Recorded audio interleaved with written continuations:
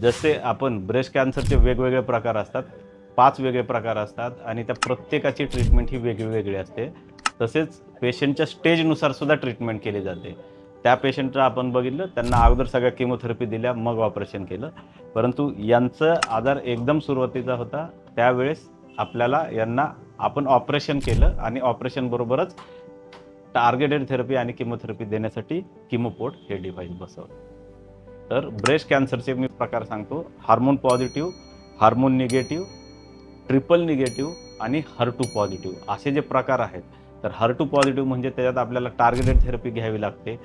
काही पेशंटमध्ये हार्मोन आणि HER2 दोन्ही निगेटिव्ह असतात, त्याला ट्रिपल निगेटिव्ह ब्रेस्ट कॅन्सर म्हणतात. त्याच्यात आपल्याला किमोथेरपीच घ्यावी लागते, टार्गेटेड थेरपीचा ऑप्शन नसतो, नाही हार्मोनल थेरपीचा ऑप्शन नसतो. जे ER-PR पॉझिटिव्ह HER2 निगेटिव्ह असतात त्यांच्यात आपण हार्मोनल थेरपी देतो.